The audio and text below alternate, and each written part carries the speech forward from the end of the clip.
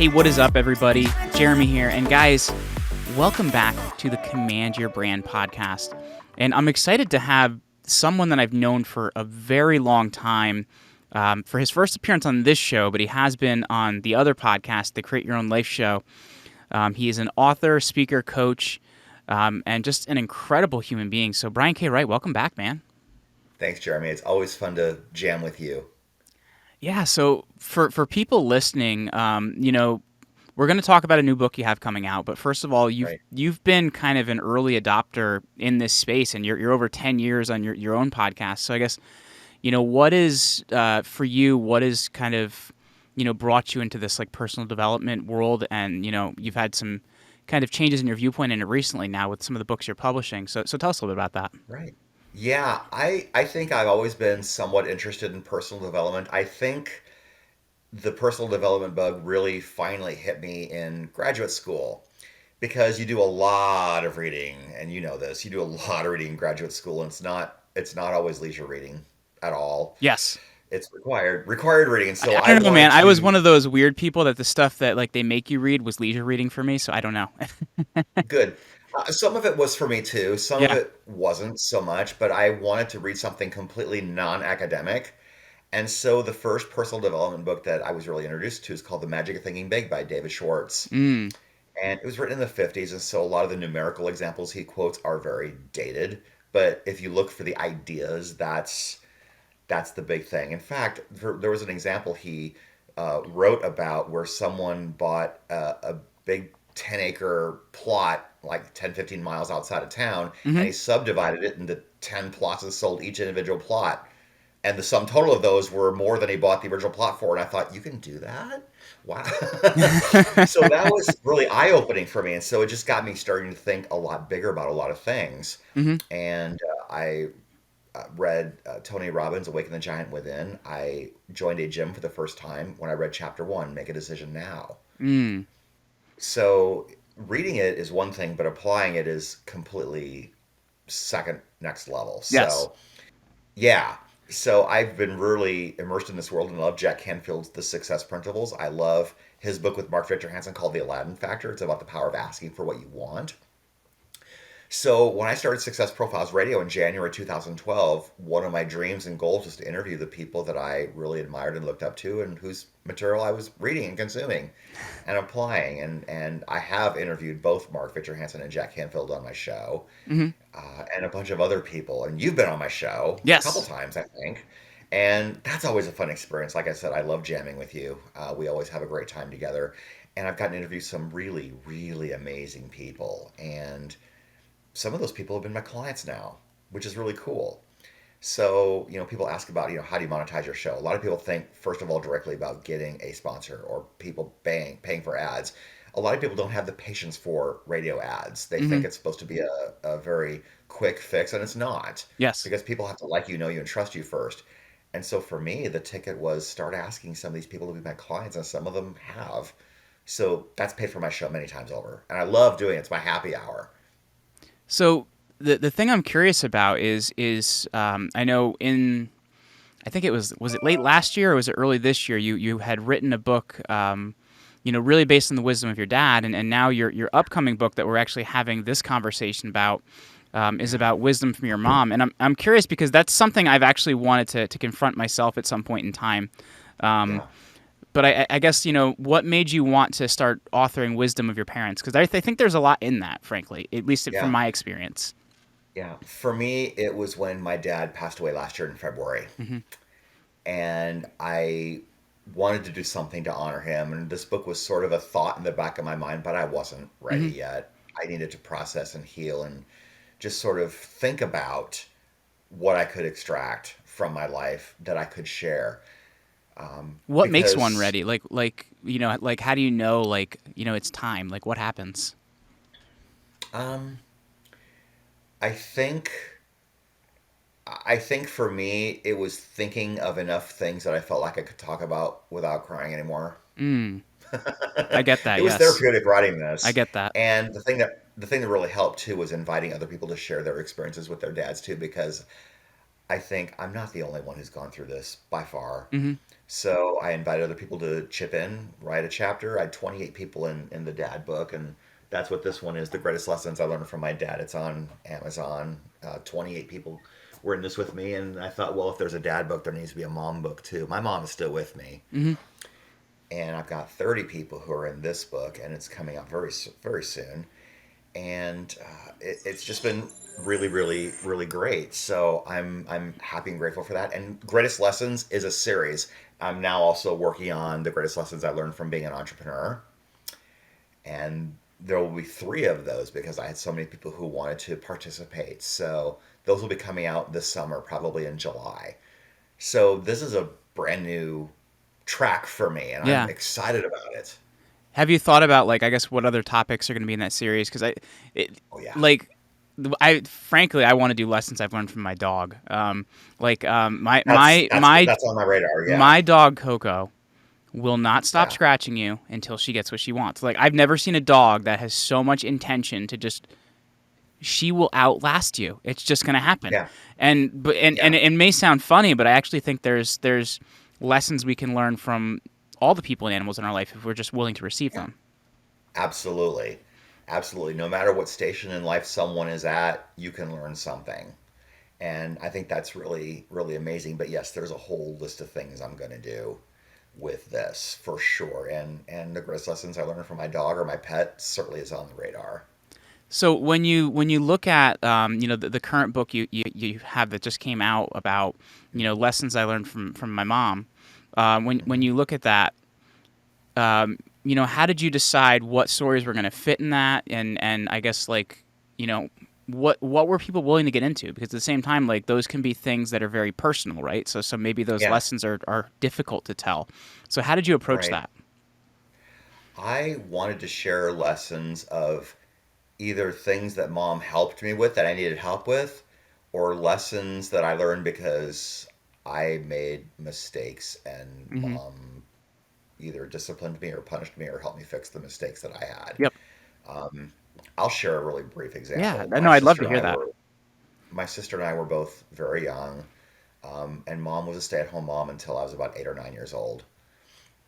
So she stayed home with us and raised us. We went to a town maybe a little less than an hour away, and we went to a shopping mall, which I don't think exists anymore. But she loved I going to think they fabric stores have because them. she, I just think there's barely any stores in them. My daughter will be like, "Daddy, right. what's that?" And be like, "Honey, people used to go there." I know, yeah. But mom loved fabric stores, and she still Yes. does. And my sister and I just weren't having it. We were fidgeting, we were bored, we were trying to run around, and mom said, "Just go sit out in the middle of the mall. There was a fountain out in the middle of the wall. Just go sit down and wait for me to be done." So Hmm. we did. And we noticed, the fountain was running, water was spraying up and into the fountain, but we noticed a lot of coins in the fountain. We saw lots of pennies, nickels, and dimes, and we looked at each other and we thought, free money. I'm gonna be So we rich. started grabbing the coins out of the fountain. We didn't know what the fountain was That's for. great. So we just grabbed as many of these coins as we could think of, and then we ran back to the store. Mommy, mommy, look what we found. And she looked at us and said, "Where'd you get that?" And we pointed to the fountain. "Put it back." "No, we found this." "Put it back." But we found this, and then she explained what the fountain was for, and we were resisting, and then she finally said, "Put it back." It's like, okay, that's mom's serious voice. So we threw it back in the fountain and sat and waited for her, and I was just thinking, oh, I found all this money, I don't get to keep it. I was really bummed. But I learned what a wishing well was, a wishing fountain was that day. But yeah, that was mom correcting me. There was another example. What would you The say is the chapter's biggest called like lesson that you learned from that experience? "Don't Take What Doesn't Belong to You." Yeah, I think online marketers could learn that one, man. Yeah, oh, for sure. Don't take what doesn't belong to you. They're always stealing Yeah. other people's content. Uh huh. Yeah, they do. And what really bugs me is when you steal someone's content and you don't get credit for the original post. Yeah. Yeah. So here's what's Yeah. funny. I do every week or so. I do like just kind of like some brand audit Google searches, which is like the brand name and quotation marks and whatever. So I had one show up. So somebody like released a company. They were going to be launching a company similar to mine, but decided to like pull all of my copy off of my website and build their own website, but they forgot to remove our brand name. Ha! Go figure, man. Go figure. So we handled that pretty quick. Sometimes thieves can be very sloppy. Yes. Well, I guess getting back to mom lessons here, I don't Yeah. want to pull us down a rabbit hole, Yes. which I'm very good at. Yeah. But in terms of like, a lot of the things that you saw from people in putting this together, like what were some of the, I guess, the major connecting points between lessons? Maybe not like the major lessons, but the connecting points between them. I think basically the connecting points were she was basically training me to be a responsible human being. You know, Hmm. stuff like, don't take what doesn't belong to you, knowing when to be generous and when not to be, learning when to hire an expert to do something that you shouldn't be doing yourself, Hmm. stuff like that. Yeah. Well, that's an interesting one of being generous, and I think that can be difficult, right? Because when you look at Hmm. the idea of being generous, like at face value, it can help someone, right? Hmm. But at the same time, being generous can also hurt someone, right? Because you're not allowing them to figure it out for themselves or do whatever it may Hmm. be. So when you Yeah. look at that, like, what did you learn about, being generous and kind of the right time and way to do so? Yeah. I've learned, well, in my adult life, when someone asks me for something that I can give but don't really want to, I start asking questions that encourages them to figure out a different solution Hmm. because I don't want to enable them to think that I'm going to be their bank or their go-to all the time. I am more than happy to help Hmm. if and when I can, but I don't want to enable you to rely upon me when you're not my family member, Hmm. you're not my business partner, or anything, Yeah. whatever the case is. If I have no other attachment to you, I don't want to be responsible for you. I'll be responsible to you, Hmm. but I won't be responsible for you. So let me ask you this, Brian. Like, Yeah, you authored a book from, kind of the paternal viewpoint, and now you're authoring yeah, something from the maternal viewpoint. And I think yep, we receive lessons from parents differently. And I guess yeah. from your viewpoint, what lessons do we receive differently? And do you think there's certain lessons we can't receive from mom, but we can receive from dad, or vice versa? I think so. And sometimes if those lessons involve learning a skill, if my dad has a certain skill set that my mom doesn't have and vice versa, I'm going to learn those lessons from the appropriate source. Right. So absolutely, I think that is true. I'll tell you, because mom had more time because dad worked a lot, Mm-hmm. and mom worked at the high school I went to, so she knew what was going on in school all the Mm. time. I saw mom every day. And so she knew I was in the plays. And so another situation that I talked about was mom would help me learn my lines for a play. After she worked, after she got done cooking and cleaning and did whatever she's going to do at home, she still made time to encourage the things that I was interested in, Mm-hmm. which was really awesome. She was present. So that's another really important lesson to be present for the people who matter to you in your life. And I think I something that's think in. Go ahead. I was just gonna say because I think sometimes people get caught up in their own world Mm-hmm. that they forget that other people have needs too. And you know what's interesting is I think as well, like you look at, like, I have two daughters now. I want it's the second one's going to be one in like a week, which is kind of wild. But like looking at it, I see, how they interact with my wife and things like that. And a lot of times, they want mom more than they want dad, because just this is how it is, right? Yeah, It's kind of that nurturing thing. And yeah, but I think when you look at it, I think that the pretty amazing thing about motherhood, and you observe, is a lot of moms really put the needs of their kids before themselves.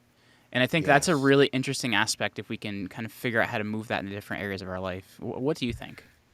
yeah. I think that's absolutely true. I mean, sometimes, if there's one slice of pie left and you ask, "Can I have it?" Mom's always going to say yes, even if she secretly wanted it for herself. Yep. And as an adult, I'm realizing that. And I'm also realizing that I know there are times where I made my mom cry. And there are many times I'm pretty sure I made her cry without me ever knowing it. Mm-hmm.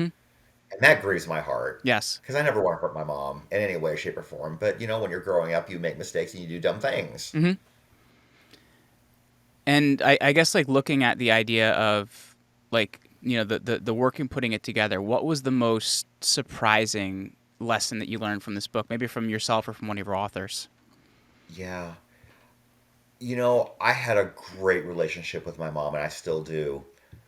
Reading some of the stories, some people didn't have the best relationship with one or other more parents. I mean, some people declined to be in the dad book, but they want to be in this one Mm-hmm.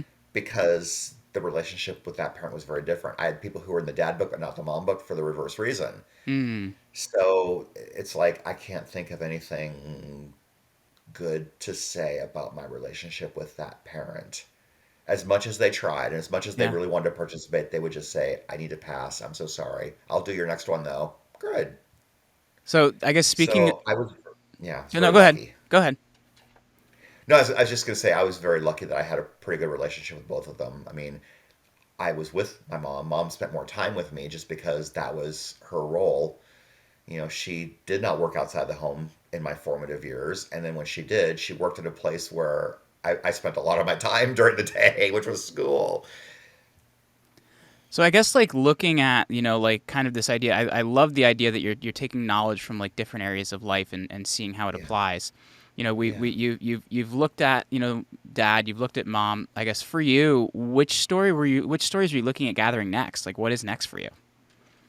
Well, I'm currently working on 3 volumes called The Greatest Lessons I Learned from Being an Entrepreneur. Mm, So I want to get lessons from people who have learned something from running their own business, whether it's a mistake they made, whether it was a bad partnership, whether it was a client that they hung on for too long, hiring the wrong person, entering into a business deal that they shouldn't have.